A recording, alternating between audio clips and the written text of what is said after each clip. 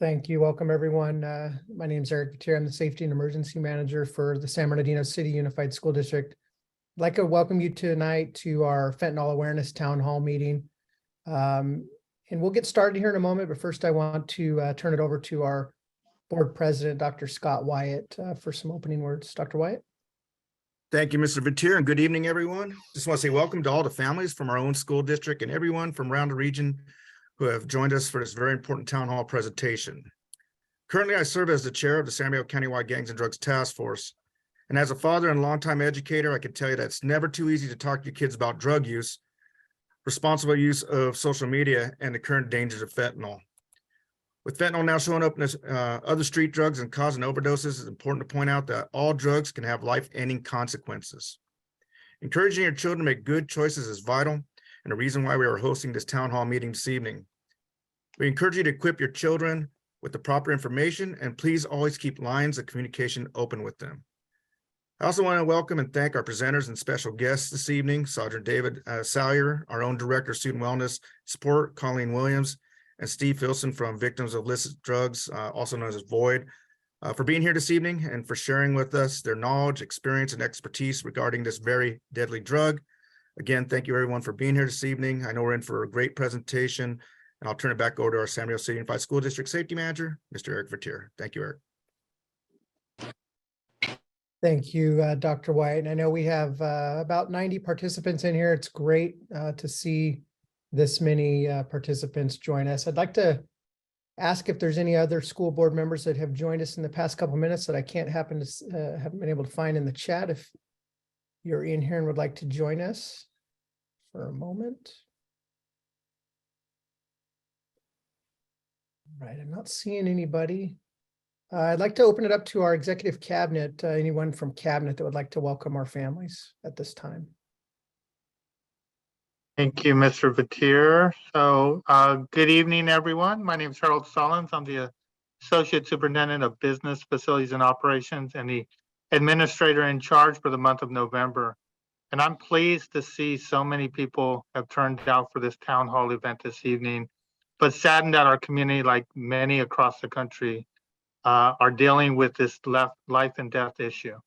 However, it's very encouraging that through education and community discourse, that we are going to be better able to understand the danger and threat so that we can develop workable solutions and take action to keep our children and community safe. So I'd like to thank all the presenters this evening who put this together.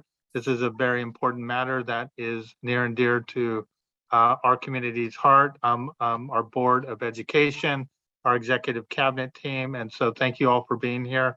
We look forward to a very informational meeting this evening.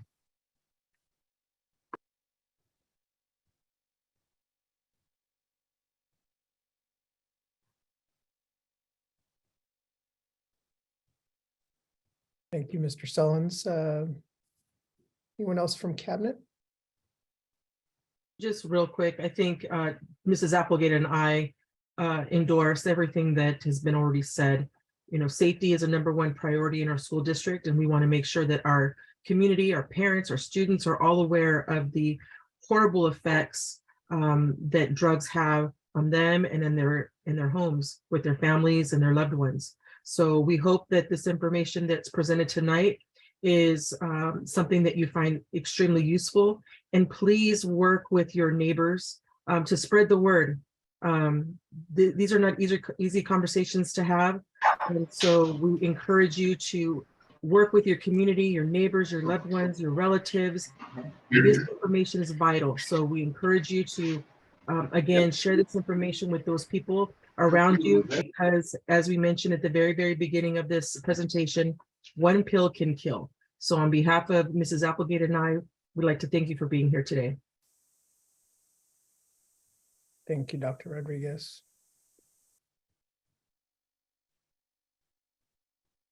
Mr. Vetere, look like board member Medina is here now, Rosales Medina. Wonderful. Thanks for joining us, Ms. Rosales Medina. Wondering if you wanted to just say anything to our community before we get started this evening. No, I'm also here to learn. I know I've heard a lot about it, but I'm just glad that we're bringing more awareness. and hopefully ensure that this doesn't happen to any of our students in our district. Thank you, ma'am. Chief Paulino or Ginger? Here, Thank you, Ms. Go ahead. You go ahead, Chief. All right. Thank you very much. I know that fentanyl is probably the largest conversation nationally today. So it's a powerful thing to make sure that we have an informed community so we can all work collectively to make sure that all our students across the district is safe. So to all on this call, ma'am, thank you. Thanks to the presenter as well as our team. Eric, thank you. And I'd also just like to echo welcome to this town hall, and thank you very much for taking the time to be here. We know how important it is to take care of our kids and make sure that they're safe. And your being here says that you're willing to stand with us to help make sure that our kids are protected from this very real danger. So we look forward to the information that's going to be shared this evening and to a partnership with you to keep our kids safe. Thank you. Thank you very much. Without further ado, we'll get into it. Next slide, please. So again, welcome everybody. Beatrice Gonzalez, Director of Family Engagement. I just want to let everybody know that during the presentation to please use the chat to provide any comments or ask any questions. We're also going to have an opportunity for live questions and answers following each and every presentation. So during the presentation, if you could use the chat to communicate, that would be great. But then again, right after each presentation, we will have live questions. So the opportunity will be there. But if we go to the next slide, if there is a personal question that needs to be addressed, we're here to support, we're here to help. This is our number where you can text us the question, your child's name and school, and someone from the department or someone from the corresponding department will be able to support you. So someone will definitely reach out to you from the district office. So again, there's two ways. You can use the chat. You can wait, till the end of the presentation. And like I said, it's every presentation. So we have 3 different presenters today, 4 different presenters. So after each presenter, someone will be taking live questions and answers. But then if you have a personal question, we don't want to use this forum for personal questions. We want to maintain your privacy. So we'll take whatever questions you have and specifically get back to you at a later time, hopefully within 24 hours. So again, welcome, and we're here to support. We're here to listen to these amazing presenters, and we're just very happy that you're all here. Thank you, Dr. Gonzalez. And as we get into it, so we've covered our welcome and objective. I'll introduce the speakers just before each of them speak. We'll do our presentations, and then at the end of each presenter's topic, we'll open it up for Q&A, as Dr. Gonzalez said. And as we get into it, I want to thank our team internally for working with our presenters, our communications department, as well as our family engagement office, do amazing work in hosting these town halls for our community. And so I just want to give a big shout out to them for the work that they continue to do for us. So go ahead and next slide, please. And next slide. All right, so at this time, I'm going to turn it over to Sergeant David Salyer with the San Bernardino County Sheriff's Department. Dave's a 20-year veteran of the department, 9 years experience with street to major level narcotics investigations as a detective and as a supervisor. Dave's a former DEA task force officer and is familiar with state and federal systems. He wrote and proposed and implemented the new overdose response team for the Sheriff's Department, which responded to over 200 drug overdose callouts last year alone. Dave currently supervises a now full-time overdose response team who has conducted several successful overdose investigations at both the state and federal levels. And he currently teaches overdose death investigations for our California Narcotics Officers Association. So with that, Sergeant Salyer, the floor is yours. All right, thank you for that, Eric. You said most of what I was going to say, so we can get into the presentation and we can go to the next slide. I first just want to talk to you guys about what fentanyl is. Fentanyl is a synthetic opioid. So in pain medications, we have what are called synthetic opioids and also opiates. Opiates are something that comes from the plant, the opium poppy. So synthetic opioids are made in a laboratory. Fentanyl is in a powder in its pure state, and it's a Schedule II controlled substance, which means it actually has a legitimate medical purpose. It's used commonly for pain management, especially with terminal cancer patients. As I'm sure most of you guys have heard in the news, fentanyl is commonly being mixed with cocaine, heroin, and methamphetamine. Next slide. All right, so fentanyl, a lethal dose of fentanyl can be as small as 2 milligrams. If you look at those kind of grains of salt looking thing next to the penny, it's as little as about 10 to 15 grains of salt can be a lethal dose of fentanyl. It's 50 times stronger than heroin and 100 times stronger than morphine. Just to give you an idea, when fentanyl is given therapeutically, like in a hospital for pain management, they are giving that in micrograms, and you have 1,000 micrograms in a milligram. And there in those vials, you can see about how much a lethal amount of heroin, fentanyl, and then there's this other drug, carfentanil, which is a fentanyl analog that is 100 times stronger than fentanyl itself. And that's pretty scary stuff. Typically what that's used for is a large animal tranquilizer. For example, if they were going to do surgery on an elephant. Next slide. So before we get into it further, I just want to help you guys understand, because I get asked all the time, well, why fentanyl? Why is fentanyl in drugs if it's so dangerous? So I just want to talk to you about the history of it and how we got here today.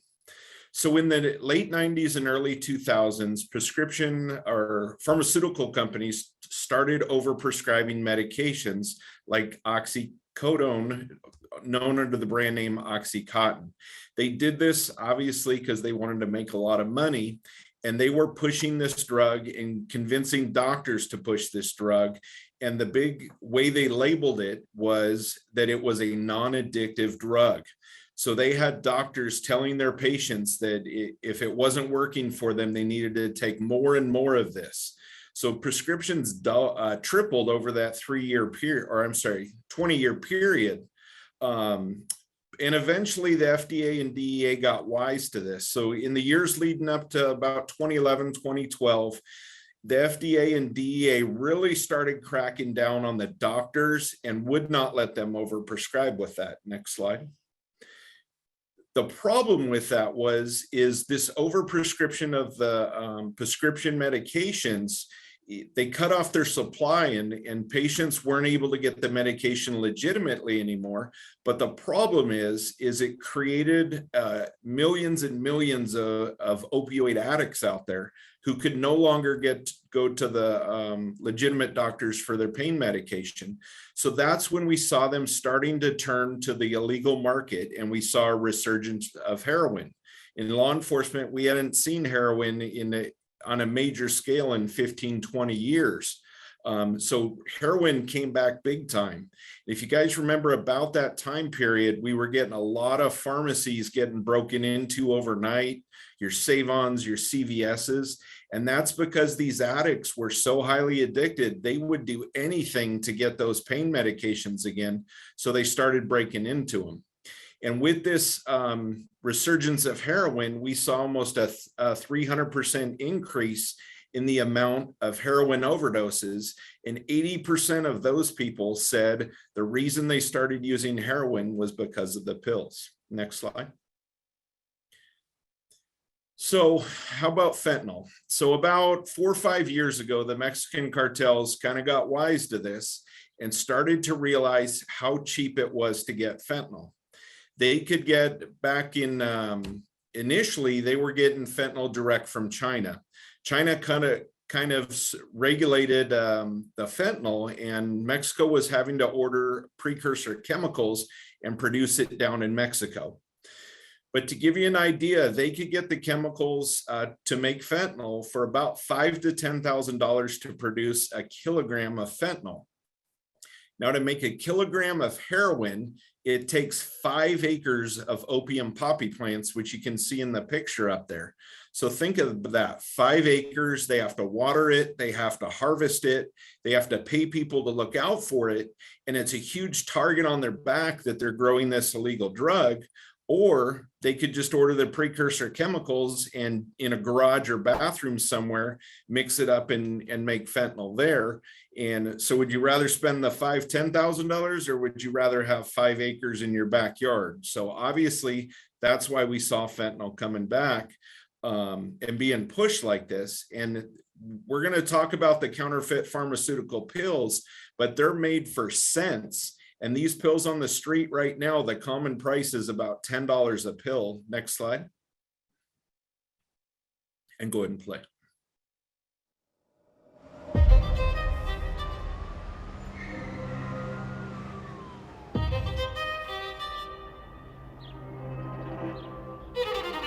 Recent overdoses are shining a spotlight on the trouble with opioids in the Central Valley, especially among teenagers. And these days, fentanyl is front and center. The reason why a lot of people haven't heard of it is because it's not typically prescribed as a pill. These aren't being produced in the United States laboratories. They're coming in from all over the world, predominantly our southern border through Mexico. It only takes one time. It's not something that you ever want to try, ever. And it's like playing Russian roulette. You don't know what you're getting. Good luck. 911, state emergency. Got two people that looks like they're OD. I don't know what happened. My son's dead. Not one, but 2 kids that were foaming at the mouth, gray, purple, completely unresponsive. I thought he was cleaning up. I thought he was getting better. I trusted him, and I shouldn't have. You don't even have to meet your drug dealer anymore. You can purchase these drugs through social media, and you can actually pay through apps.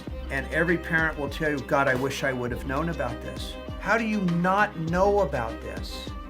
Fentanyl pills don't care about what color your skin is, how much money you make, where you live. It's an equal opportunity destructor in a sense. This isn't just another drug. You're not just gonna wake up with a sick to your stomach feeling or a hangover. You're not gonna wake up. That's the difference.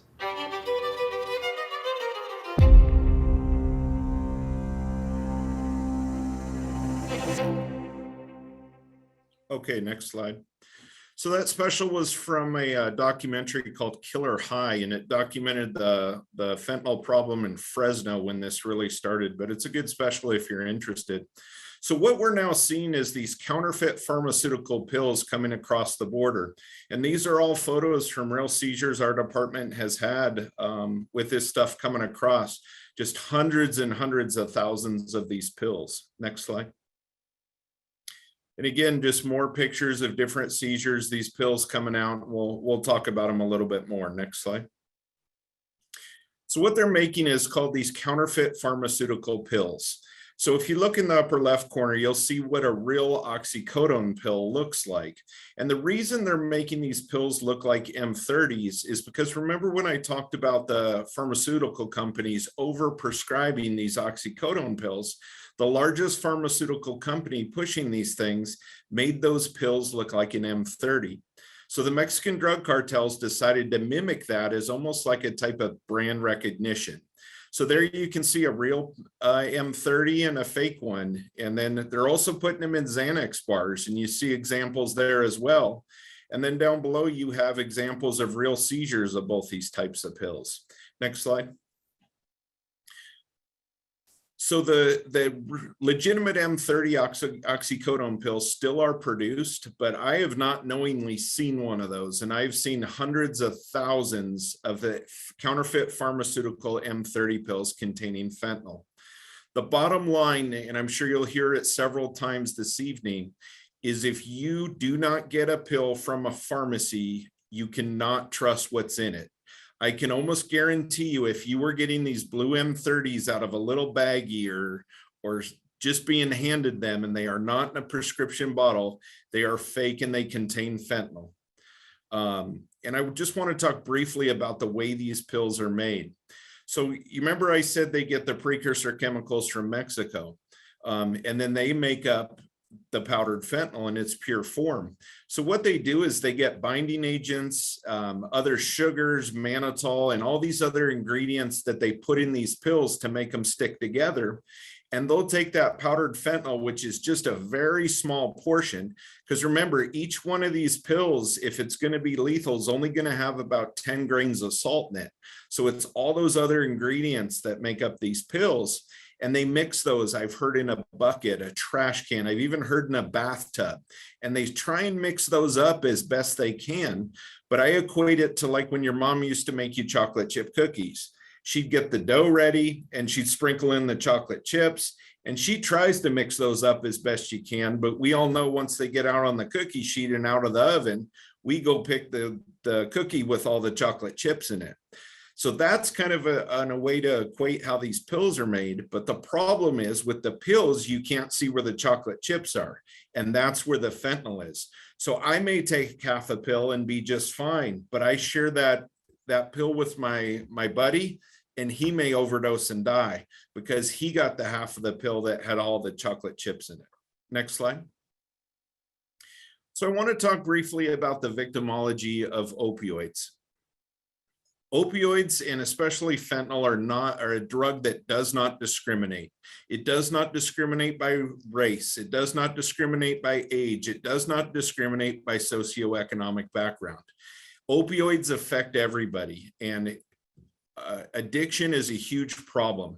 And we see, I want to almost classify it as two victims of these types of overdose cases. You have your people who are maybe experimenting with a pill the first time, and they more or less get poisoned because they think they're taking one thing and it ends up that it has fentanyl in that. We see that a lot when we're talking about fentanyl being mixed in other drugs. We've had several cases where people legitimately thought they were doing a line of cocaine or smoking cocaine, and they didn't realize fentanyl was in it. We've seen the same thing with heroin. They think they're using something. And what we're hearing right now is they can't find heroin that doesn't have fentanyl in it. So this chart just gives you a spectrum of the different age groups. And then so we have those users who are using one drug and they get caught with something else. But then we do also have the kids who are ordering pills online and they think it's an Oxy or a Blue, or they don't realize that there's fentanyl in those pills. So when they're taking them, they're overdosing. But we do also get victims of overdose who are lifelong drug addicts who perhaps got injured somewhere, and then the doctor stopped prescribing them pain medication. And when the doctor cut them off, they went into the illicit market.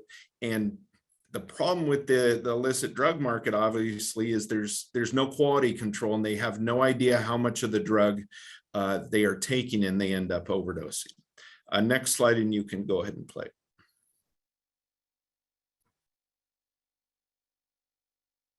This is the new young face of fentanyl addiction, before and after. 22-year-old Katie Mather, forehead and chin clawed open by her own fingernails because the use of fentanyl makes her skin crawl. I spot her on the Strip, Surrey's infamous drug hangout, and ask if she'll talk to me. She puts cover-up on her raw skin. So I'm literally just did my mascara and I'm good to go. Katie settles in to tell her story. There you go. Perfect. How she ended up living on the street 3 months ago, addicted to fentanyl. Well, I've been using, it's actually funny, well, not funny, it's terrible. I have a really addictive personality. I've always been like addicted to something, whether it was shopping or Facebook or whatever. And I did an Oxy. I got addicted right away. And then I found a regular dealer and I started picking up all the time. I remember the day the fentanyl came out and my dealer said, you know, I've got these new pills, they're fake Oxys. He didn't tell me they were fentanyl because nobody knew what fentanyl was yet. He just said they're 100 times stronger and they're only $5 more. And I was just like, okay, because I was getting a pretty high tolerance at this point. Oxys, OxyContin, led to fake 80s, fentanyl posing as OxyContin. Immediately, Katie wanted nothing else. I could buy one of these fake 80s, put them into 4 lines, and 2 lines would last me a full day. That's how strong it was. And if I did a full pill, I would OD. Katie says she's overdosed 11 times, most recently a few days ago, brought back by paramedics or friends on the Strip who have naloxone, the powerful opioid antidote. Every time I do dope, I know I'm taking a risk. I know that I might die, but like, it doesn't matter how many times I've OD'd, I still use the next day because the withdrawals are so bad. Katie has been in the news before. She and her sister attacked by a Rottweiler cross back in December. Katie was badly hurt and spent time in hospital. She says that cemented her addiction to fentanyl. As she talks, blood starts to seep through her makeup. Katie, you're 22. Why would you risk this? Well, at first it was just fun, right? It was just for fun. It was just a party drug that, you know, like, and there's been some things that I've gone through and it helped with a lot of pain. And especially after, you know, that dog attack, I just couldn't stop, you know? I asked Katie if she worries about herself and her future. Sometimes, I mean, I don't know. I just like to take things one day at a time, right? I'll kind of just go with it and hopefully, you know, hope for the best. For now, the best Katie can hope for is to wake up from her next fix of fentanyl. Eric Rankin, CBC News, Surrey. All right, next slide. So just a few points on that. First is, how did she become an addict? And it was the dog attack, and she got prescribed some pain medication. She could no longer get that, but she talks about some recreational use and how that she likes how that makes her feel. So then she turns to the illicit drug market and talks about taking an oxy. I don't know whether she knew she actually thought an oxy contained oxycodone, but obviously what we're seeing sometimes is people think they're taking an oxy and it's this counterfeit pharmaceutical pill taking containing fentanyl. The other thing that really catches my eye in that video is she's overdosed 11 times before, and she knows that the next time she uses, she might die. But in order for that to make sense, you really need to understand how bad fentanyl addiction is and how bad the withdrawals are. And the best way I equate that is, I won't ask morning, or how many of you have to have an energy drink every morning or afternoon or whatever the case may be. We still good? I got a message here. Yeah, you cut out for a second, but you're good. Okay. So think about that feeling. And if you go to Starbucks every morning, think of that morning you're in a hurry where you can't make it because you're late for work. And how does that make you feel? Most of us feel groggy or faint, or we get a headache. Now imagine that feeling. What do we do when we start feeling that way? We figure out a way to get to the coffee shop or have somebody make a run, right? So multiply that times 100 or even 1,000. And that feeling is what it's like to withdraw from drugs like fentanyl. So that's where Katie's at in that video, is she doesn't care if she might die on her next use. She just doesn't want to feel that dope sick because the withdrawals are that bad from it. So let's talk about the ways fentanyl is used. So most commonly, probably what we see, the two biggest ones are smoking it and snorting it. When they smoke it from the foil, they basically just put the pill or a powder on the foil and they burn underneath and inhale those vapors. And typically they'll put a straw in their mouth to kind of hover over that foil and breathe all those vapors in. The other way is the pills or the powder can be crushed up and snorted directly. Fentanyl can be put in vapes and smoked that way, and it's just air put into the air by burning it through the vape. I mentioned injecting earlier. We typically see that when fentanyl is mixed with heroin. And like I said, the heroin users out there said they can't get just heroin without fentanyl in it. And then these pills can also just be swallowed. Next slide. All right, the paraphernalia for this drug use, obviously the foil, you can see some of that foil has burn marks on it. The spoons, rolled up dollar bills, like I said, the straws, syringes, these straws that they use to snort this stuff. Next slide. In terms for fentanyl, So the blue M30s is the most commonly type of fentanyl pill we see, but typically on the street, what they are referring to these pills as is whatever they are meant to look like. So they'll call the blue M30s oxys, roxys, perks. So a lot of our kids, because they're calling them oxys or perks, they think it's an oxycodone pill or they think it's a Percocet pill. But in reality, if it's a pharmaceutical pill, I can almost guarantee you it's a counterfeit pill containing fentanyl. As far as the powders go, Fenty, those are all very commonly used terms. Some of the other pills that they refer at, if you look at those pink pills, those are Adderall pills. That's actually a stimulant, but they'll call those Addies. Those are being counterfeited with fentanyl. And then again, the Xanax bar, and probably Xans is the most common term for that. Next slide. So the Mexican drug cartels are getting smart, or they always have been smart, and they're always constantly changing their ways of doing things. This picture here is a counterfeit pharmaceutical Tylenol pill seized in Ohio, and this Tylenol pill contained fentanyl. So they can make these pills just look like anything, and it just reinforces that point that unless you are getting something from a pharmacy, you just can't trust it. Next slide. And you can play it.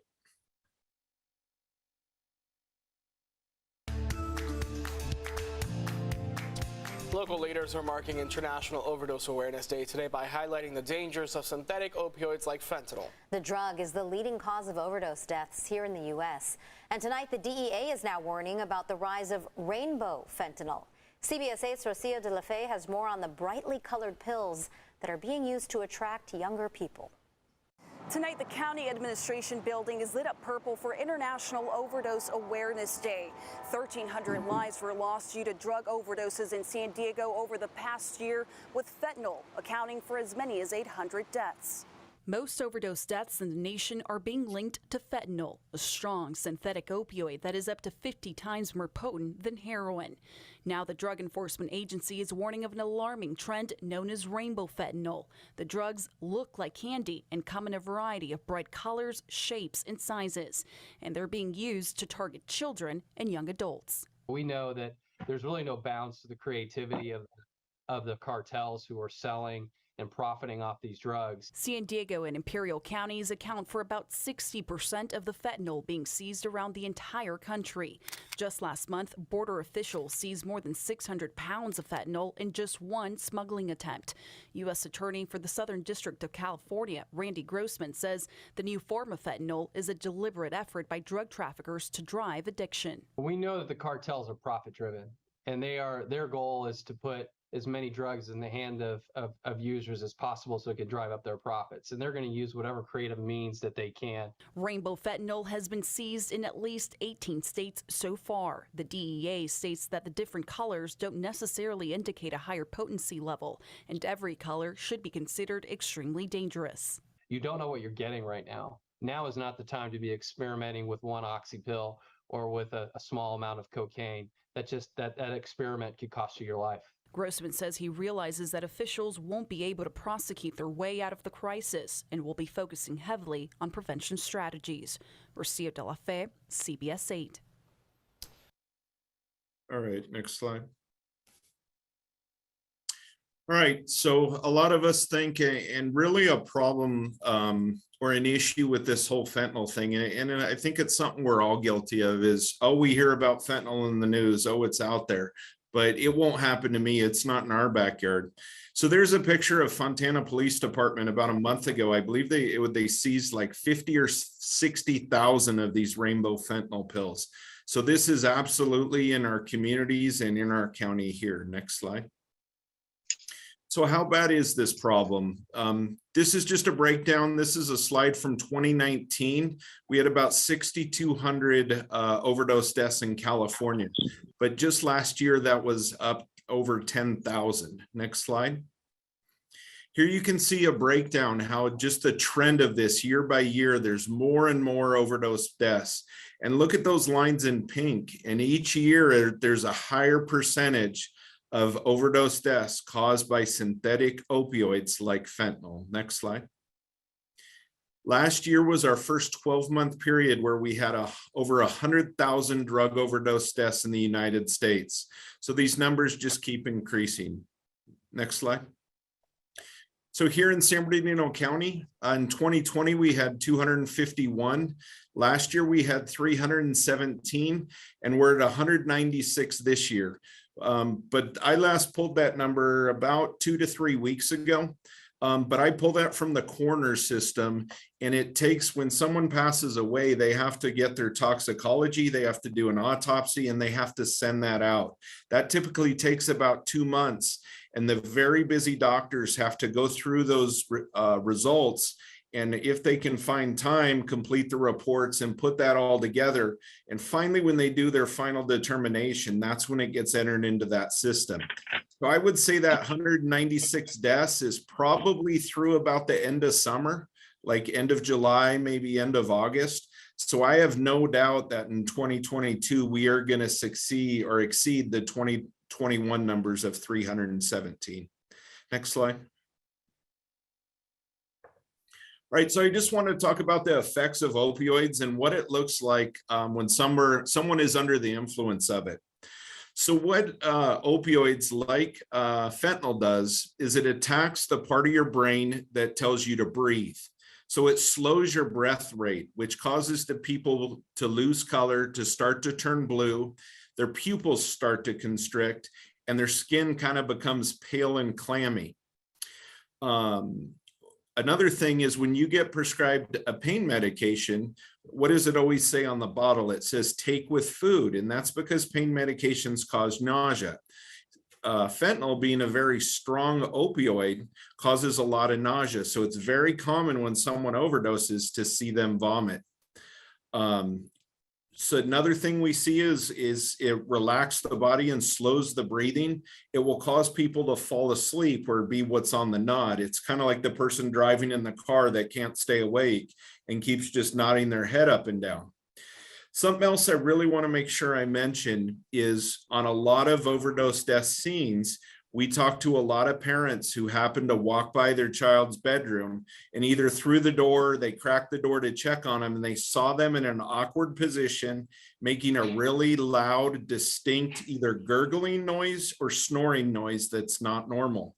What that is it's the airway starting to shut down because the brain is telling the body to slow its breathing, and that's them struggling to breathe. So unfortunately, had they known that information and recognized that strange snoring sound and called for help, they probably could have saved their child's life. But unfortunately, we see it more times than we want to, where they wake up in the morning to find their child deceased. One other symptom of opioids is itching and scratching. If you notice the girl in the video earlier, she had all those cut and scratch marks on her face. And what that is there's just something in the medication that causes their skin to crawl, almost like real bad mosquito bites where they itch them and to a point of causing like a scratch or a sore. Next slide. So I just want to talk about to all the parents out there how fentanyl is sold. Obviously, people can use text messaging, but social media is our biggest offender. Snapchat, Instagram, Facebook, WhatsApp, pretty much any app you can communicate on, drugs can be sold on. So I'm not telling anyone how to be a parent, but I just want to pose the question to you is, do you know the code to your child's phone? Do you know what social media applications are they on? Can you ever just randomly walk up to them and take their phone and randomly try and access that information? Because they may hide it from you, but just the fact of knowing that you may do that from time to time might be a big enough deterrent to keep them from even engaging in that activity. Next slide. And you can play it. The investigation continues into the overdose death of a high school teenager. 2 teen boys are already behind bars, and tonight we are hearing from the family about their loss, while police search for more of those responsible. KCAL 9's Lauren Posen is live in Hollywood now, where she spoke with that young girl's family. Lauren.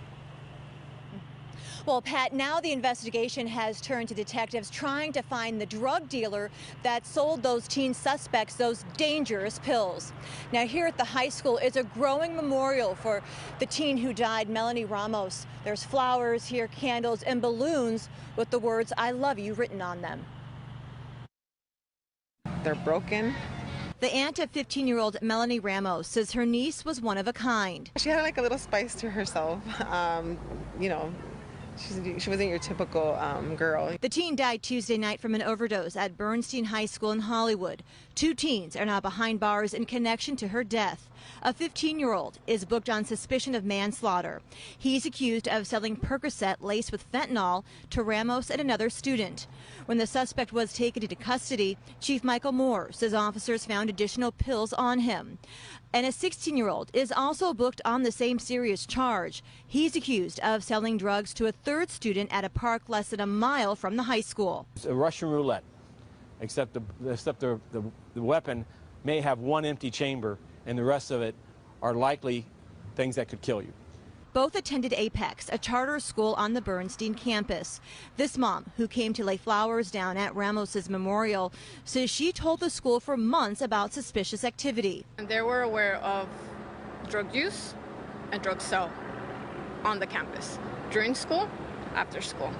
LAUSD superintendent says making all schools safe in the district is a top priority. Using children to harm children is the greatest crime, the greatest sin. Meanwhile, the Ramoses family is planning a funeral. They don't want Melanie's death to be in vain. Think of Melanie before you take anything, because our Melanie wouldn't want you to take it. Don't take anything you're not supposed to take. And Melanie's aunt told me that she was the oldest of 2 younger sisters. She was the big sister, and that the girls are taking her death very hard. They considered Melanie to be their best friend. Now, there is a GoFundMe set up for the Ramos family to help for expenses during this time. I asked them if there's going to be a vigil for Melanie that the public can attend. They say they don't know yet. Right now, they're just trying to get through the night. Reporting in Hollywood, Lauren Posen, KCAL 9 News. All right, next slide.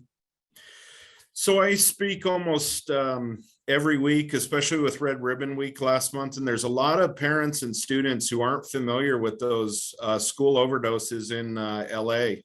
There were 5 teens that overdosed within a few day period, and unfortunately one of them passed away in one of the restrooms there. So it's out there, it's in our own backyards. This stuff is in our schools, in our counties.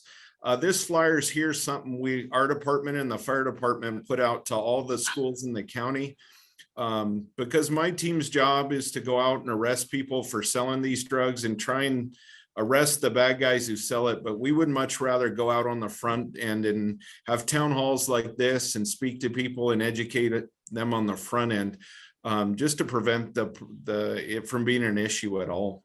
Next slide. And that's all I have. I'm happy to answer any questions.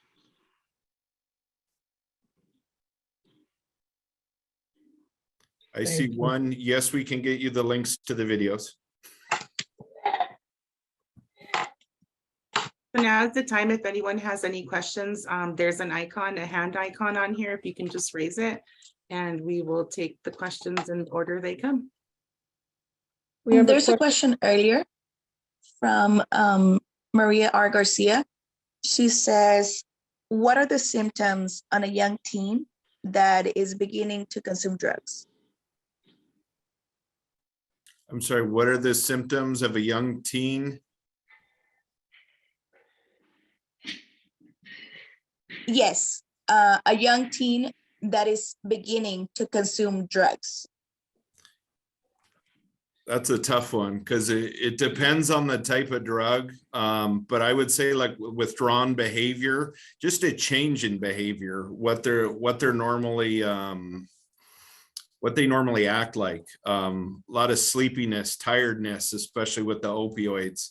Like I said, the scratching, they're really groggy. On the other hand, if they're starting to use stimulant, they're going to be very hyperactive when they're on it and maybe crash when they're down off of it.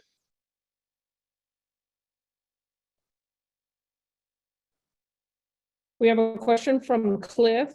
wants to know what drug was getting students sick at Ruth O'Harris last week. No info has been released by the school or district, only secondhand information from students. I am unfamiliar with that case. My team's just works in sheriff's jurisdictions. So I can't help you on that. I'm sorry.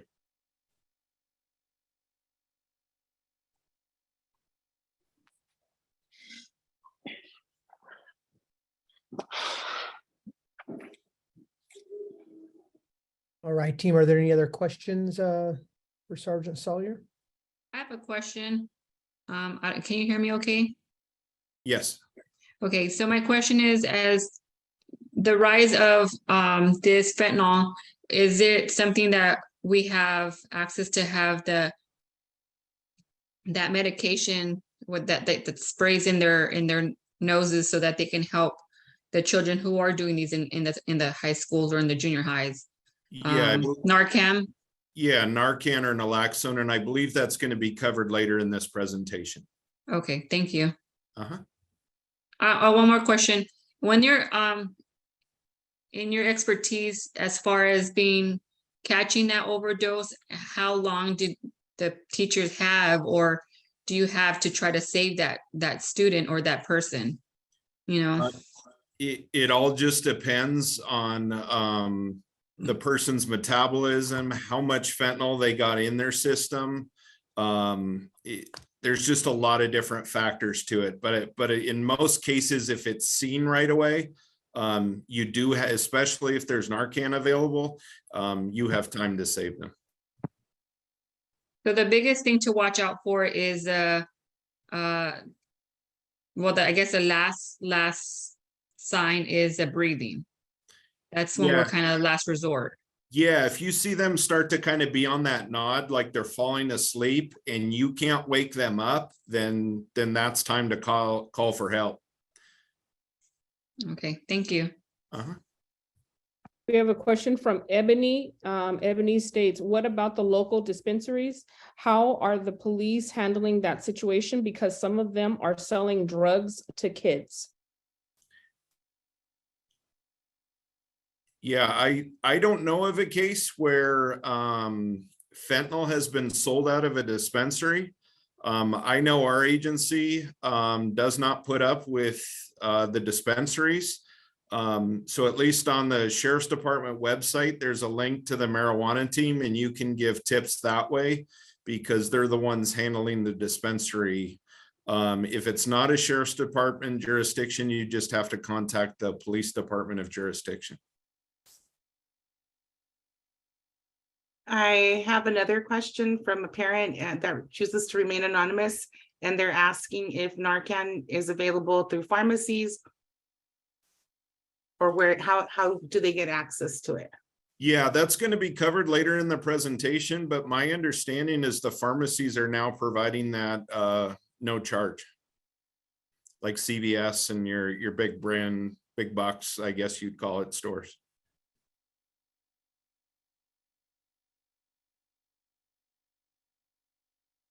I think that's it for now, Eric. Thank you.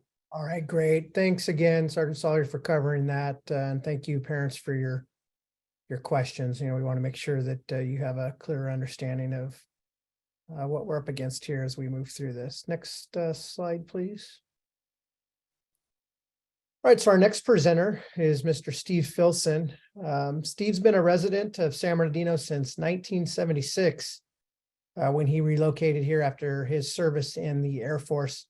Steve retired in 2009 after a 31-year career with both the San Bernardino County Sheriff's Department and the San Bernardino Police Department.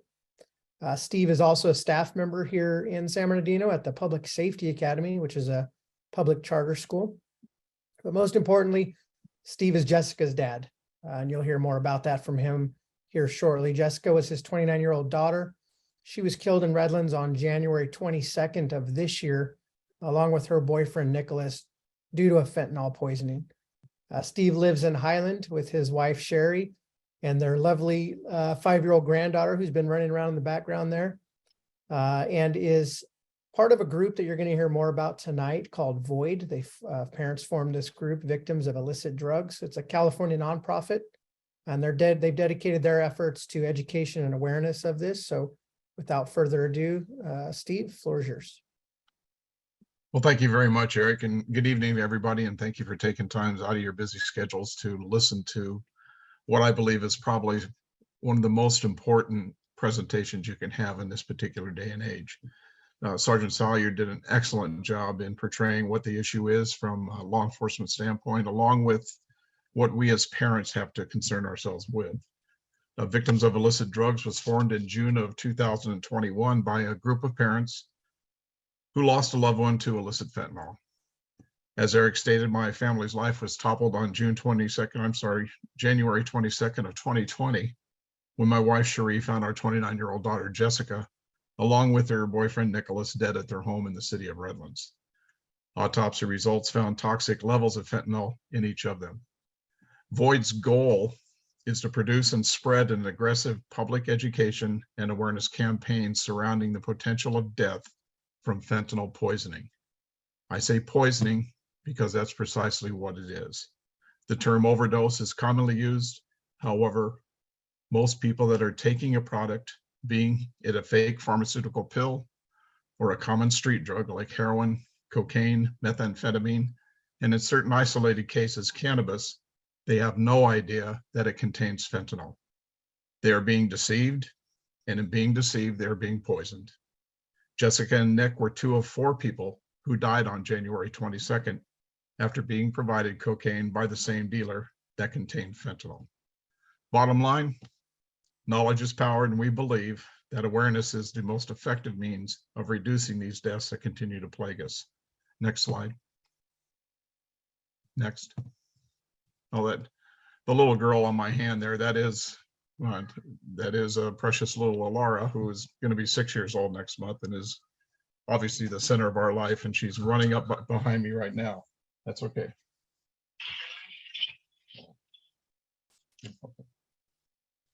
Next slide, please.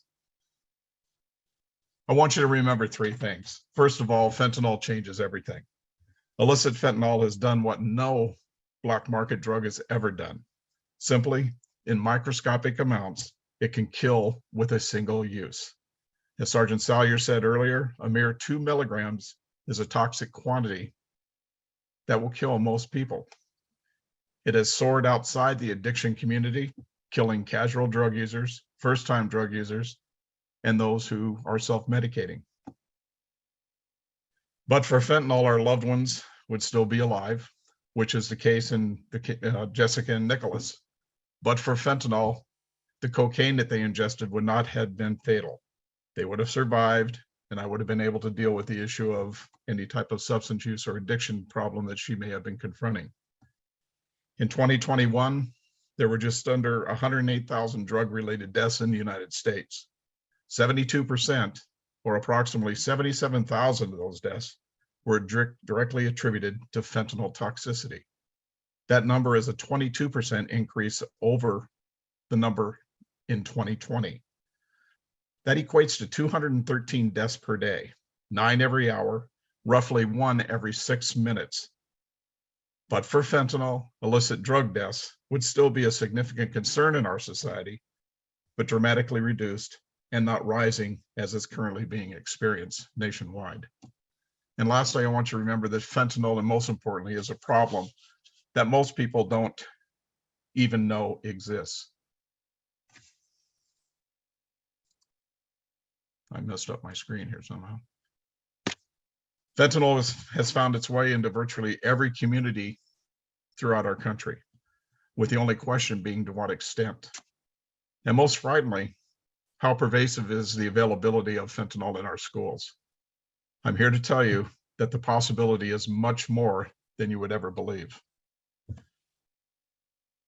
This matter is complex, and it'll no way be solved through the arrests of people throughout our country. This doesn't mean, however, that proactive enforcement efforts and prosecution of those that are distributing this poison shouldn't aggressively occur. And lastly, we as a society need to come to grips with the issue of addiction and mental health.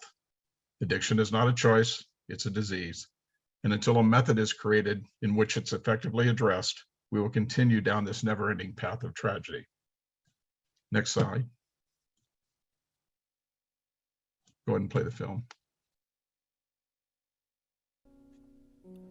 This would be how much cocaine somebody would have to ingest to kill them. This is the approximate number of prescription pills one would have to ingest to kill them.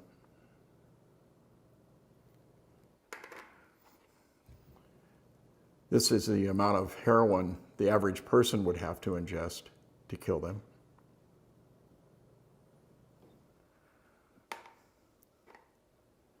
Fentanyl.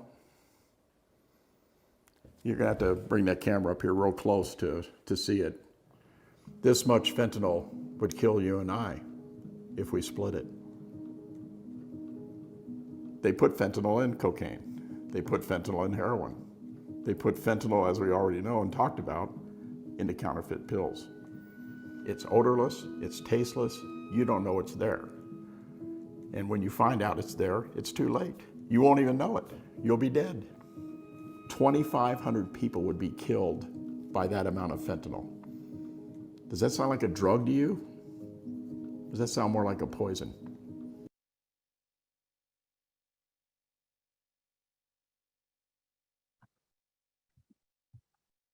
Sergeant Salyer covered this relative to illicit fentanyl and prescription fentanyl. As we know, prescription fentanyl is a very, very reliable drug that is medically administered to people that are suffering from chronic pain, end-of-life type of situations, cancer patients and the like. Unfortunately, illicit fentanyl that is manufactured in these clandestine laboratories anywhere south of the border and elsewhere throughout the world is commonly, as we know, mixed with other drugs. It has the high potential of being consumed at lethal doses. It's sold again to people who are unaware of its presence, and it is a poison. It's nothing more than a poison that can lead to death. Next one. Again, what everybody should know about fentanyl, I'll just reemphasize it. Again, it's a synthetic opioid that's manufactured in a laboratory environment. It's pressed into fake pills. It's cut into heroin, cocaine, and other street drugs. Is it designed to kill people? People have asked me over and over again, why would a drug dealer want to kill their customer? I don't think they're attempting to kill people intentionally. I think they're simply attempting to drive addiction, of which fentanyl is highly addictive. Next slide. Most importantly, DEA lab testing, when we talk about pills, and Sergeant Salyer hit on that very eloquently relative to the seizures, millions upon millions of pills are seized throughout our country on an annual basis. DEA lab testing has shown that 4 out of every 10 of the fake pills that they have seized contain what is potentially a lethal dose of fentanyl. Again, 2 milligrams or more, which typically would kill the common person not used to taking the substance or has a little bit of experience with it. 4 out of 10. Again, it's pill roulette. And I have to once again emphasize over and over again that if you don't get your pill from a doctor or a pharmacy, it's fake. That's out of the mouths of the DEA and the special agent in charge, Special Agent Bodner in Los Angeles. If you get a pill off the street, it's fake, 100%. There is no legitimate pill that's being distributed on the street that is not fake and contains fentanyl. Sergeant Salyer went over the symptoms of opiate intoxication and the like, and what you need to do. I would add again that if you come across somebody who appears to be suffering from some type of opiate poisoning, make sure you get a hold of 911 immediately. Call 911. If you have naloxone, Narcan, or any other type of substance, that's Caloxone is another one that's out there in a different dosage, but Narcan, naloxone, start administering it. It's not going to hurt. And they will talk about that a little bit later in the presentation, but if it's available, it can't hurt. It can only help and possibly reverse the damage that has been done by the opiate. Next one. I think I stole Sergeant Salyer's slide from another presentation because the same one is here. But again, it illustrates the rising number of deaths from both synthetic opioids and other type of narcotics throughout our country. Again, the most rapidly rising is from synthetic opioids. And but for fentanyl, the things would be different. Next. I can't emphasize even more so the importance of being on top of things when it comes to social media. I have no idea how even to use Snapchat. I know that it's pervasive amongst the juvenile crowd and young adults and things such as that. This is our way of communicating in this day and age. But so much harm is coming out of Snapchat and other type of social media platforms, Instagram and the like, in which bullying, child exploitation and other things, along now with illegal narcotics distribution. It's like ordering a pizza. You can get whatever you want if you know how to get in communication with somebody on the social media sites and have it simply delivered to your home, just like Domino's. It's ridiculous. And like Sergeant Salyer said, our children don't have a right to privacy. They don't like to hear that, but a right to privacy is earned. And you have to stay on top of this and understand what your children may be exposed to. And if they are exposed to it, you need to take a hold of it and grasp the responsibility of what needs to be done to protect our kids. It's our responsibility. They're not capable of protecting themselves. That's why we're the parent. Next. We went over teen overdoses in Southern California, Bernstein High School in Hollywood. It's been over a month, I guess, since that happened, when the young lady was found dead in the bathroom there. Next one. I got them out of order here, but back to the social media thing.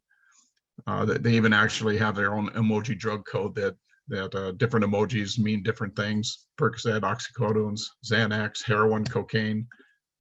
Again, they've created their own online language that our kids and everybody else that's using this for this purpose are aware of.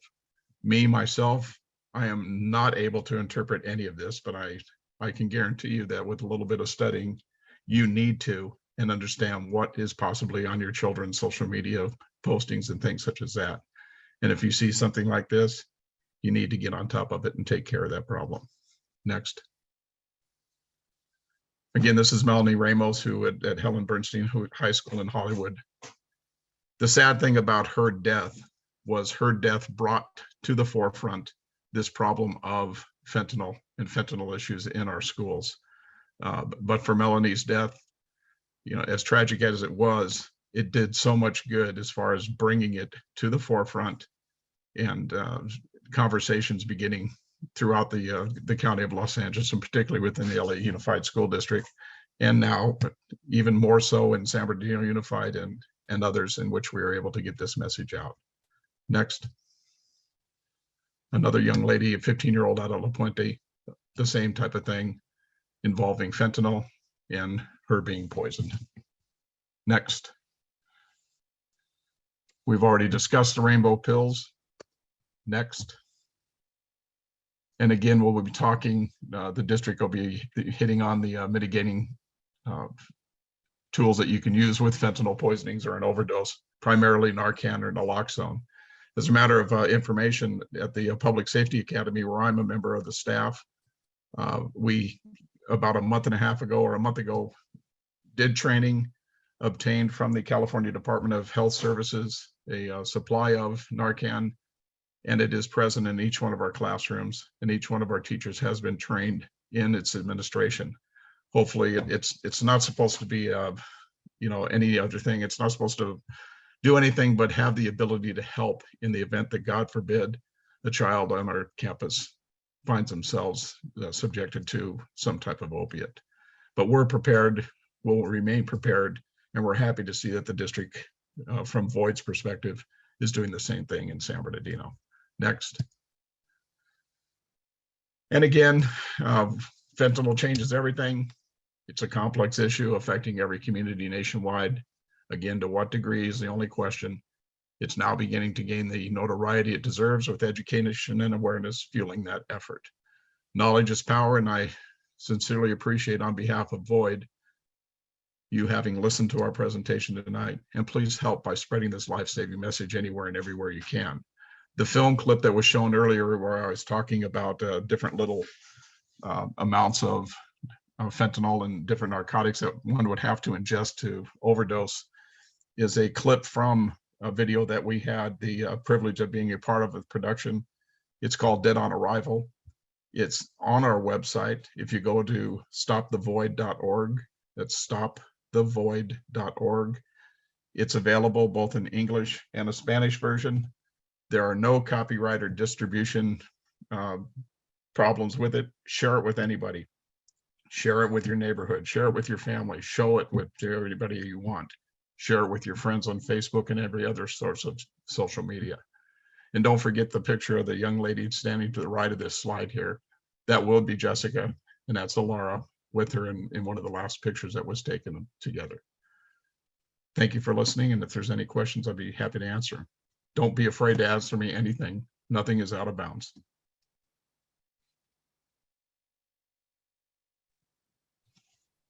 So again, we want to hear from you. So if you have a live comment, go ahead and raise your hand, live question.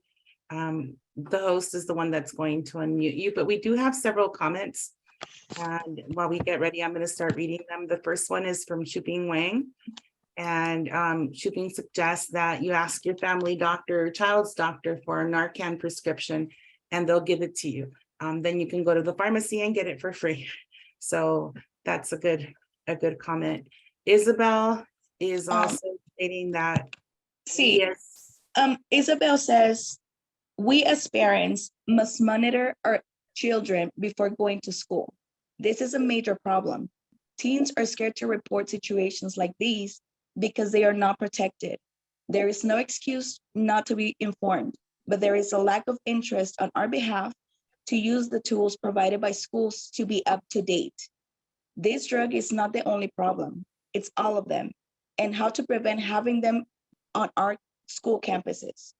It's common for kids to be drugged in areas that are not monitored. We need to engage as parents. If I can interject there, you're absolutely right. Fentanyl isn't the only drug that is on our campuses, obviously, or within our communities. The only difference in fentanyl and other drugs is fentanyl's potential for immediate death, again, with one usage. You don't know you're taking it. You don't know what dose or what level of fentanyl is in the product that you're ingesting. And that's why we're trying to get the message out that, you know, the bottom line is you can't experiment with drugs anymore. Fentanyl changed that particular narrative forever. With fentanyl in our society, you have to not be able to even think of experimenting with drugs. And again, I agree with you that fentanyl is not the only problem. There are many other issues out there as far as drugs that are in the system. However, the biggest risk is due to fentanyl, and that's all we're trying to emphasize here. Thank you. We also have Marisol Delgado, who asked, how can you talk about drugs with middle school special education students? You know, we've shown that video Dead on Arrival at the Public Safety Academy from our grades 6 through 12. Even our SPED students are part of it, and they listen to the presentation. We're very open and honest with it. And again, when they talk about it, or when they see what we're talking about, they quickly engage in the conversation and ask some very relevant questions. And sadly, we even have come across a lot of kids whose lives have been affected by it from either family members or friends. But I think candid conversation with whatever students you have is something that needs to be done. And once that barrier is opened, the dialogue continues and it becomes very effective. Thank you. We also have Jacqueline Mayorga, who provided us with a comment. Many pharmacies also have standing orders for Narcan, so you don't necessarily need a prescription from your doctor. So thank you. And then she also said, if someone were to consume this, what can we do to try to save their life? Is there any medicine or anything that can block it from spreading so fast? Well, again, no, it's a matter of if you recognize that somebody may be under the influence of an opiate and overdosed or has been poisoned by it. Again, it's the most important to get medical aid en route. Call 911, tell them we think somebody may be overdosing on fentanyl, we need help. And again, try to perform the first aid that you can with mouth to mouth or whatever, if they're not breathing. And if you have Narcan available, administer it. For God's sakes, what you'll learn later through the presentation from the district that Narcan is not going to have an adverse effect on anybody, even if they're not under the influence of an opiate. If they're not under the influence of an opiate, nothing will happen. But if they are under the influence of an opiate, the worst thing that can happen is it can save them. The best thing that can happen, in other words, is they can be saved. Right, thank you. We have two more. Another one is a comment from Some for Love. And they say, yes, we need to be their parents, not their friends. And then Ebony H says, we spoke of the cartel getting creative with this drug. Do you see them putting this drug in a liquid form or food form? Sergeant Salyer, I'll let you address that. Yeah, I answered it in the thread there, but at this point, I don't see that happening anytime soon. There's plenty of these pills and the powdered fentanyl getting across our border right now. There has been some stuff in the news at LAX, and there was some misconstrued information with drugs in cereal here locally. But what those were is that's a method of concealment where the drug dealers or drug traffickers are trying to transport these drugs, and they're concealing them in food products to avoid law enforcement detection. I have not seen any sort of evidence that they are trying to sell them that way as a food or a liquid type form. Thank you. And the last one is just a comment. It's Gabriela, and she says, thank you very much for providing this information that's so important to us. And that would be it. Thank you for listening. Dr. Gonzalez, we have a raised hand. Sorry, there is a comment from Isabel saying, maybe I should have said, take advantage of this opportunity to mention the other drugs. And thank you for your answer. And if one last thing I can add, if you go to our website, stopthevoid.org, there's also additional resources, not only for teachers, but for parents and also teens and young adults that they can refer to for information. Thank you. We do have a raised hand. Michelle? Ms. Terrell, go ahead and unmute yourself. Thank you. I have couple of quick questions. I'll keep them as brief as possible. And a lot of people on here, especially board members, know me. My name is Zena Terrell, and I am a parent volunteer. My granddaughter was a student of the San Bernardino School District, but I still continue my parent advocacy and community membership with the schools. But my question is, number one is, do you think that you guys can take some of this information in your presentation and put it in a flyer and have it circulated throughout the school? And two is, what was my other question? Lost my train of thought. Because a lot of parents, from my being involved with the schools and parents for 8 years, not everyone parents gets on or attends meetings such as this. So in order to get the word out to the parents, do you think that a small flyer could be distributed throughout the schools? Would it hurt or hinder?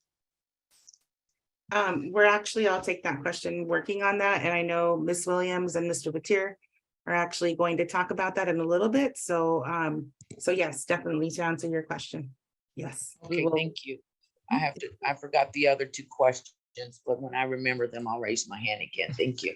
Thank you so much. I have one more comment before we go to the next two hands.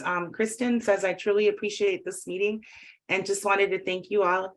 It has been very informative and quite scary. I made my 11-year-old sit with me to hear the information for himself. Thanks again. And I think Maria Garcia is next. If you can unmute yourself, Maria R. Garcia.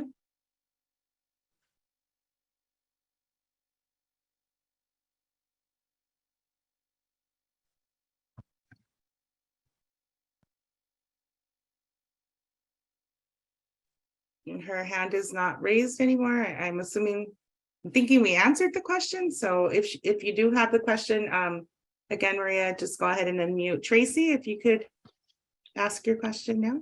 Thank you. So hi, thank you. My question would be are these pills, are these children, are the young, are they doing it to get the high? Are they doing it? I mean, what is this, I mean, for the survivors who have survived, if we're questioning them, are they taking them just for fun? Or are they taking them because they think they're candy?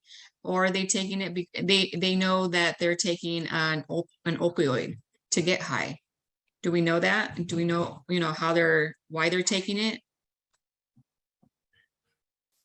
I would say it's a combination of all of those. I don't know that we have any documented cases where a kid actually thought it was candy.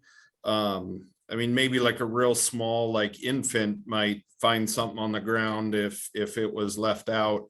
But I think there's some kids who are given into peer pressure, who are going out to parties and maybe being told, hey, try this oxy, not try this perk. And they think it's something else that may get them high.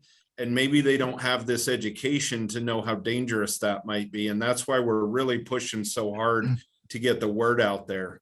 You also have people who have been given pain medication and they like the way that made them feel. And then they've moved on to the illicit drugs and we have a lot of young opioid addicts as well.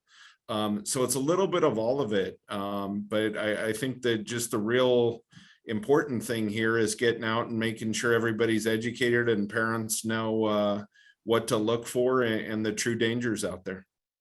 And again, there's a lot of, Sergeant Salyer hit on it, peer pressure. A lot of kids are suffering from emotional issues, depression, things such as that. They want to self-medicate. Somebody will say, hey, try this perk, try this Xanax. It'll help you. It'll make you feel better.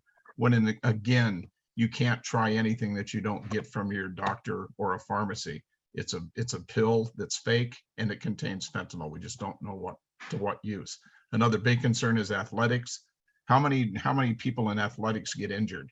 Twist their knee, pull a muscle or something. Somebody offers them a pill. Hey, this will take the pain away. It'll make you feel better, blah, blah, blah. That same old line. Again, don't take anything unless you get it from your doctor or a pharmacist. It's fake and it contains fentanyl. I have one more question. Now, as we say, no to drugs was the last month, what we were touching on at schools. Is this something that is, are these videos played for the children, at school, at the junior high, at the high school, where they're being more, they're trying more things, or they have more access to stuff through Snapchat?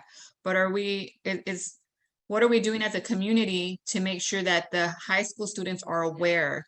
I understand. I heard someone say as a parent, well, the children are afraid to speak up, but are we educating our students as far as this, because you're educating us as parents. How are we educating our children at school saying, hey, don't buy it. It's not what it is. I know that kids are, they think they're resilient and it's not going to affect them. It's not going to be me. It's not going to be me. And it's a silent killer. It's like you say, you just wake up and you don't wake up, that's it. So unfortunately it's sad. And I just want to know, how are we going to, what is being done so that the students that are affected are really, is it like, can we do something where it's like a monthly, intervention, or a monthly reminder, or a monthly, like, during the pep rallies at the high schools? Those are something that we kind of just, we just play that little video that you made. I don't know. Those are just concerns, because if we as parents can only do as much as we can, but if we keep instilling it in their head and instilling it and pushing it, hopefully that would stop some of that spread. Yeah, Right, Tracy, thank you. and And we're there, gonna covering on that. Colleen Williams is going to be covering on that shortly. So we do Yes. hear you and agree with you, and she'll be covering that shortly for us. And that is the same concern that several other parents have. And we captured the questions or the comments from Gabriela and Janet Rosado. They also are suggesting that we provide these presentations to our students and that we continue to have conversations like these with our students. And that's something that Ms. Williams is going to talk about in a little bit. We have 2 more hands and then we will continue. Leticia Medina, if you could unmute yourself, and then we will take Zena right after that. Yes, hi, good evening, everyone. I just have 2 questions, I believe they're 2. I have a 7-year-old. I've spoken with her about everything that's happening, why we have to be careful, and why not accept candy from friends, because of course these are children. They're not really thinking of getting to high. It's not, if they get something in their system, it would be accidental because a parent, a friend, a brother leaves something behind and they grab it and their kids, they'll eat it. They think it's candy. So we've been talking to her about this since everything started. She's aware of everything and how it can affect her and her friends. But I believe they kind of touched base on it about the Narcan being available at schools. I know they said at the local pharmacies, but I know some school districts have them available at their schools. Is it something that the San Bernardino School District has? Yeah, I'll actually be covering that next as soon as we get through this round of questions for Mr. Filson. So if we, And Mr. Vetere, I just wanted to remind you that we do have 8 minutes left. And if parents have any additional questions, they can go ahead and text us their information and we will definitely get back to each one of them individually. So there is if I may add real quick, I put in the comments my phone number along with my email address. I welcome phone calls or even emails if you have any other questions on what we as an organization can do and what we're doing with the districts to get this out. The district is being very proactive in getting this message forward, and Void is here to assist in any way we can. So I know we got a lot of other business to do. So if you have any other questions, please don't hesitate to get a hold of me. Email's great. My phone's on 24/7, but don't call me at 2 in the morning, please. right. Zena, if you could unmute, please. Yeah, I had another quick question. I don't know if I missed it or not. I heard of the talk of the Narcan, which is helps reverse the opioid or whatnot. Have you all considered supplying the health nurses at each school for emergency, just because, just have it there just in case there is something like that may happen on campus, you know what I mean? yeah, and this may be a good segue. Dr. Gonzalez, do we have any other questions? This might segue right into what we're moving into. There is a Spanish comment. It says, fentanyl, the drug, is the drug most used after passing for a pandemic. On occasions, we have heard that after the pandemic, the students are depressed and they want something that would provoke them euphoria or emotion in their lives. Is there a relationship on that? What was the question again? Consuelo wants to know if there's any relationship between the use of fentanyl and the pandemic as a consequence. A lot of people have correlated some of the emotional issues and the depression that some adolescents and teenagers have had was due to the pandemic and, the isolation that we had for that period of time. I don't know if there's any studies that have concluded that, but I think it's probably a good, a good theory to look at. And again, you got to look at your kids and look at your friends and things such that if they seem to be depressed and things like that, urge them to seek professional help somehow. Thank you, Eric. And to answer your question, it's okay to continue.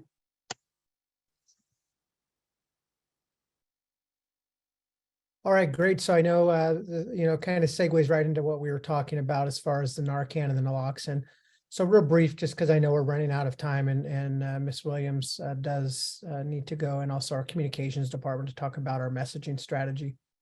So the school district has ordered through the state of California the Narcan or naloxone response kits. And so what that's going to do is similar to what we have in every school now. We have automatic external defibrillators in case someone goes into cardiac arrest.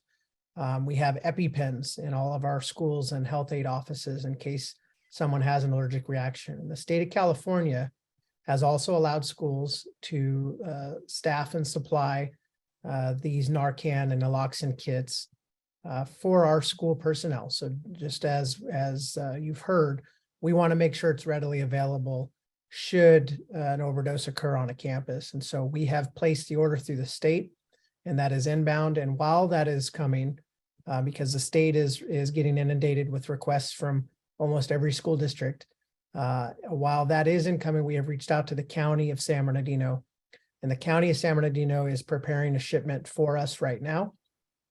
And in the meantime, what we're doing is we're training multiple levels of personnel throughout our school district. So our school nurses, our health aides that are at all of our schools, our police officers will be carrying them with them.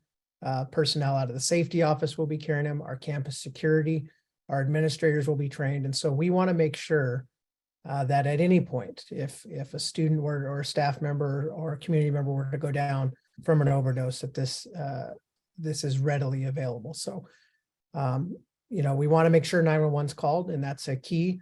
And then our staff training, obviously. So we're going to play a quick video, and then we're going to kick it over to Colleen Williams. Go ahead.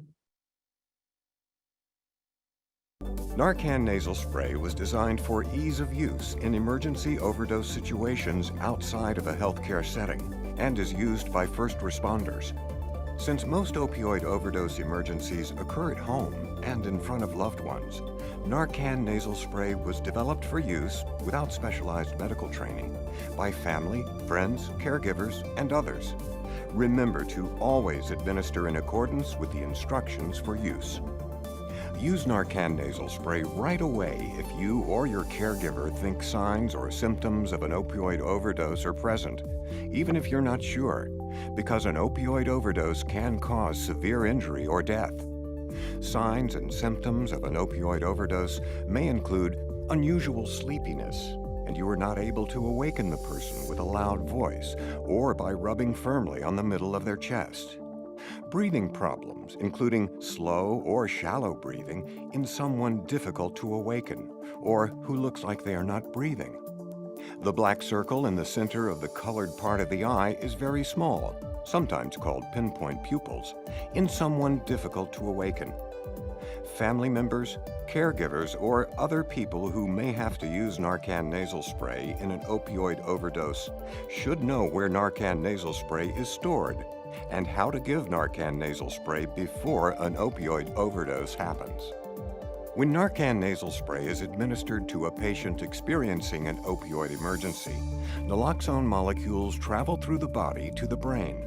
The naloxone molecules attach to the same receptor sites with a greater affinity than most opioid molecules. By displacing the opioid molecules, naloxone can reverse the potentially life-threatening effects of the overdose, specifically respiratory depression. Get emergency medical help right away after giving the first dose of Narcan nasal spray. Rescue breathing or CPR, cardiopulmonary resuscitation, may be given while waiting for emergency medical help. The signs and symptoms of an opioid overdose can return after Narcan nasal spray is given. If this happens, give another dose after 2 to 3 minutes using a new Narcan nasal spray device and watch the person closely until emergency help is received. Narcan nasal spray 4 mg delivers a consistent, concentrated 4 mg dose of naloxone to temporarily reverse the effects of an overdose of opioid medicines. The medicine in Narcan nasal spray has no effect in people who are not taking opioid medicines. Always carry Narcan nasal spray with you in case of an opioid overdose. Narcan nasal spray is available at the pharmacy counter. Talk to your doctor or pharmacist today. Please continue to watch this video for additional important safety information. Additional important safety information. Who should not use Narcan nasal spray? Do not use Narcan nasal spray if you are allergic to naloxone hydrochloride or any of the ingredients in Narcan nasal spray. What should I tell my healthcare provider before using Narcan nasal spray? Before using Narcan nasal spray, tell your healthcare provider about all of your medical conditions, including if you have heart problems, are pregnant or plan to become pregnant. Use of Narcan nasal spray may cause withdrawal symptoms in your unborn baby. Your unborn baby should be examined by a healthcare provider right away after you use Narcan nasal spray. Are breastfeeding or plan to breastfeed. It is not known if Narcan nasal spray passes into your breast milk. Tell your healthcare provider about the medicines you take, including prescription and over-the-counter medicines, drugs, vitamins, and herbal supplements. What are the possible side effects of Narcan All right, we can nasal go ahead spray? and pause the video for Sudden now. opioid withdrawal. Time. Thank you. So on the Narcan.com website, you can watch this video and learn more about it. What we do know from the healthcare community is a very benign drug. And so even if somebody is not under the influence of an opioid and this is used on them, it's going to have hardly any effects, if any, on them. So very safe for us to have in a school community and have readily available. And with that, I'll turn it over to Colleen. Good evening, everyone. So love that we have some guest speakers sharing some information with us and definitely educating all of us here on the call. And then know that we have an emergency response should we come in contact with a student who is suffering from an opioid overdose. We also want to talk about what we're doing proactively and preventively as well. So rounding out the call here with you all this evening is talking about school-wide efforts and supports, really focusing our Red Ribbon Week in particular at our high schools and middle schools around fentanyl and the challenges that we face there. And then with our teacher supports, ensuring that, and we just released to our teachers a lesson that actually involves the Dead on Arrival fentanyl video for our students to watch. There's a student version of the video with some class discussions. And so you will get notification at home with an option of opting out should you choose to. And that lesson will also include focusing on the social emotional skills necessary to address fentanyl when you are making the choice to take it. So talking about self-regulation, the skills to refuse those peer pressures or those peer suggestions, as well as responsible decision-making, so that when they're faced with the question of, do you want to, they have a skill set to refuse. And then within our counseling teams, you know, we have counselors at every single one of our school sites and teams of them at our middle school and high schools. And those counselors have several different options and resources available as well, depending on the level of student need or the group of students. It may be that someone is just experimenting and we want to, I heard Mr. Filson say, definitely, you know, want to discourage any of the, just even the experimentation of drugs as well, because they're not sure what they're getting. So they have a wealth of resources there as well. I put into the chat for you our wellness resource webpage that has a bunch of these resources all on one site too. So don't want you to try to take copious notes, but that you can access that both in English and Spanish as well. Next slide, please. Looking at the first task of prevention intervention with those skills that we just talked about, and then really early intervention as students are experimenting or beginning to use, whether it's tobacco, alcohol, drugs, or in particular tonight, fentanyl. We have a curriculum called In Depth, which is actual curriculum about drugs and the brain. And there is a whole focused lesson on fentanyl and its effects. You can see the little screenshot there of the effects of fentanyl has on our bodies. And then we also have partnerships within the community for intensive intervention. So we will do referrals if we find students that are habitual users or kind of constant users of drugs or alcohol. We have partnerships with Inland Behavioral and Health Services, as well as Inland Valley Recovery Services, that those referrals would come from your school counselor and go to those services as well. Next slide. One of the things to recognize, and the power of all of you being on this call, is that our research tells us that teens, our adolescents, that learn about the risks of drugs from their parents and their family members and their trusted adults, are 50% less likely to actually use drugs than students who don't have those conversations with loved ones. So we are bringing it to you all tonight, as well as our partners, in making sure that all of our students are safe, is some resources for you. So if I may suggest to you, to be able to increase your own knowledge, tonight is definitely part of that work. But increase your knowledge, watch the fentanyl introductory videos, watch Stop the Void resources, and the other resources that we have on Natural High about fentanyl on our wellness website as well. And they actually have free resources on Natural High that you can sign up with an email address, and they send it all to you for free. They have those questions for you, like, how do I have a conversation like this with my child? Just jump in and have the conversation. They know that you care.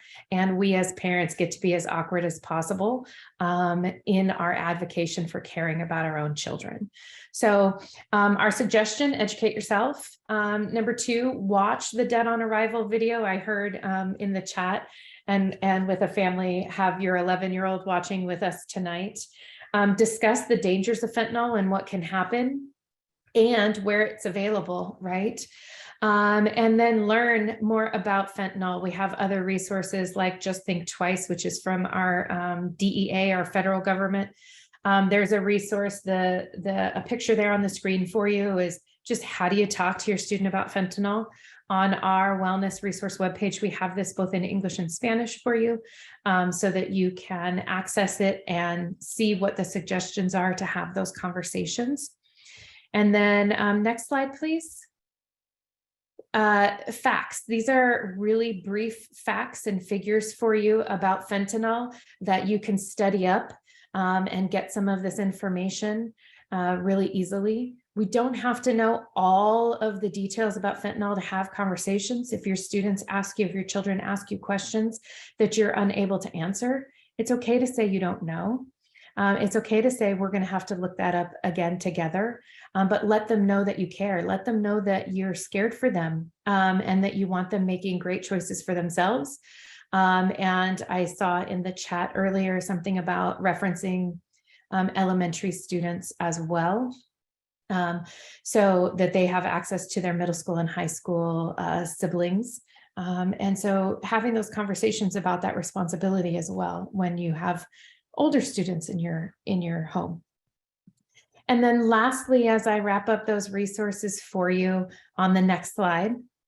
Thank you, David. Again, the wellness resource webpage is here. I linked in the chat for you. All of our other wellness services are there as well. So if you need referrals to IEHP or our Hazel Health telemedicine program, or even mental health services because you're concerned that your student may be dabbling in drugs as a coping mechanism, that we want to make sure that they develop positive, healthy coping mechanisms to replace that. We have the resources from the California Department of Public Health. Partnership to end addiction is really nice. If you know of an opioid user, what can you do to support them, no matter who they are in your life? If you are a caring individual who can give them some extra support. And then our county has direct substance abuse disorder and resources. So they have a website and a telephone number hotline that you can call and get additional supports besides our inland behavioral health supports, additional supports that the county has partnership with for anyone within our community who may need support with this addiction and or any other addiction or substance use.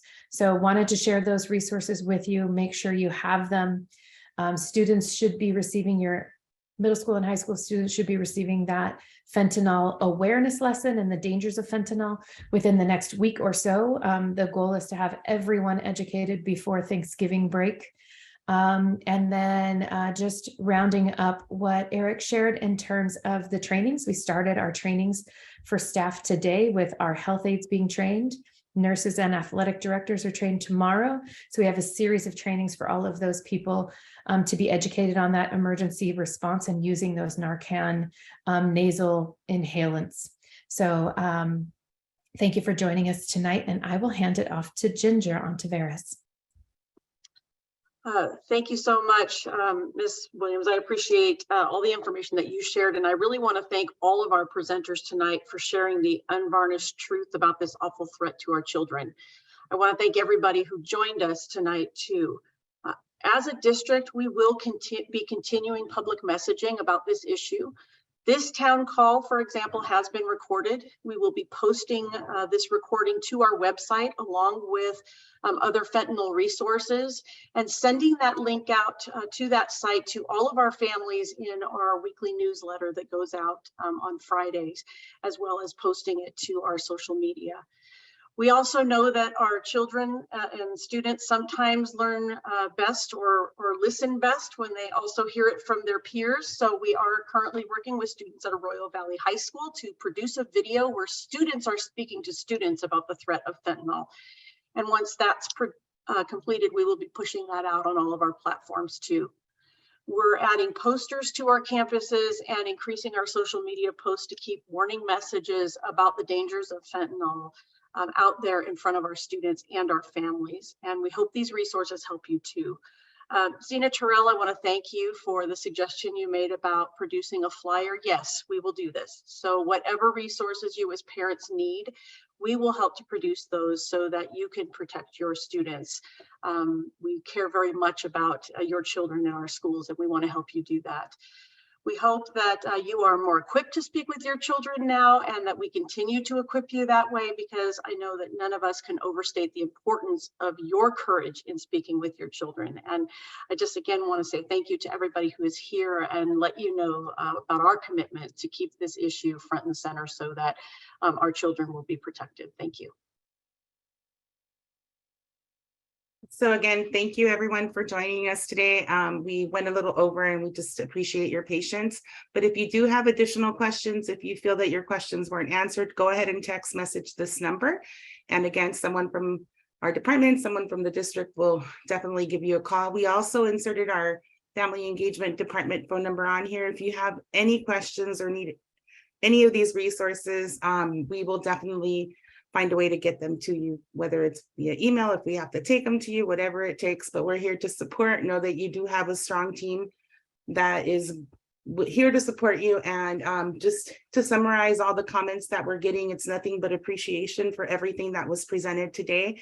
And I especially like the ones that say it.